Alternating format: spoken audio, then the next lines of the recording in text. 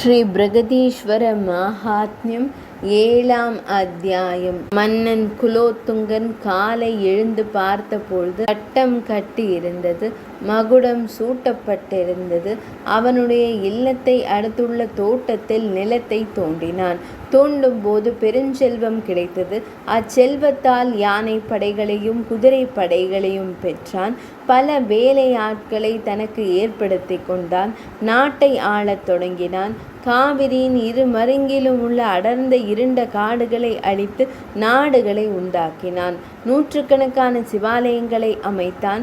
திருச்சிராப்பள்ளியில் மலை மீது சிவாலயத்தை எழுப்பினான். மாத்ருபூதேஸ்வர பெருமானை பிரதிஷ்டை செய்தான். மலையின் உச்சியில் விநாயக பெருமானை பிரதிஷ்டை செய்தான்.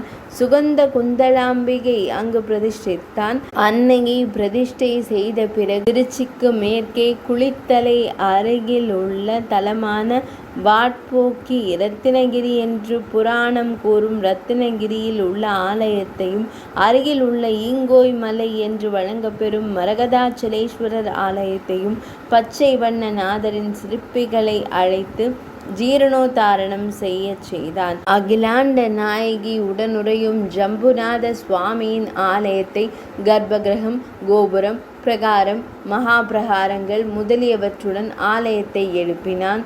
ஸ்ரீரங்கம் ஸ்ரீரங்கநாதர் ஆலயத்திற்கு திருப்பணி செய்தான். ஜம்புநாதர் ஆலயத்தை தரிசித்து அகிலாண்ட நாயகி சமேத ஜம்புநாதரை வழிபட்டான். இது தக்ஷிண கோகர்ணம் என்று அழைக்கப்படுகிறது. இவ்வளவு சிறப்பும் புண்ணியமும் மிகுந்த ஆலயத்தை சிற்பிகளை கொண்டு கட்டுவித்தான் மன்னன். ஸ்ரீ பஞ்சநதீஸ்வரர் ஐயாரப்பர் ஆலயத்தையும், ஸ்ரீ பிராயணேஸ்வரர் திருப்பழனம் ஆலயத்தையும் கர்ப்பகிரகம், கோபுரம், பிரகாரங்கள் முதலியவற்றுடன் கட்டுவித்தான். திருவையாற்றிற்கு வட திசையில் உள்ள சமீவனம் சென்றான்.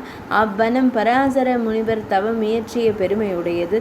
நாளடைவில் இந்த காடு நகரமாக மாறியது. தஞ்சகாசுரனை போரில் அழித்த சிவபெருமான் ஆனந்தவல்லி உடனுரை தஞ்சபுரீஸ்வரராக அங்கு காட்சி தந்து குபேரனுக்கு அருள் பாலித்த இடம்.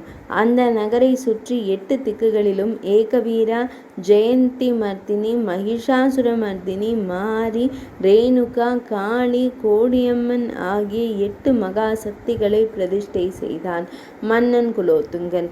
தஞ்சகாசுரனை சிவபெருமான் சூலத்தால் வீழ்த்தியதால் அவன் உயிர் பிரியும் தருணம், எனது பெயரால் இந்த நகரம் விளங்க வேண்டும் என்று அவன் வரம் வேண்டியதால் இந்நகருக்கு தஞ்சாவூர் என்ற பெயர் வழங்கலாயிற்று.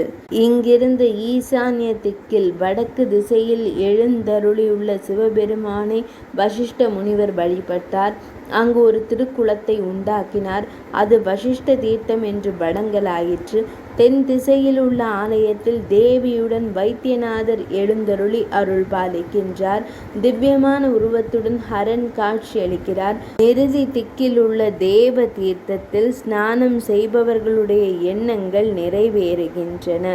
அங்கு தேவியுடன் உறையும் இறைவனின் பெயர் கரதலேஸ்வரர். தஞ்சபுரீஸ்வரரின் ஆலயத்தில் மேற்கு திசையில் நீலமேக பெருமானும் நரசிம்ம பெருமானும் எழுந்தருளி உள்ளார்கள்.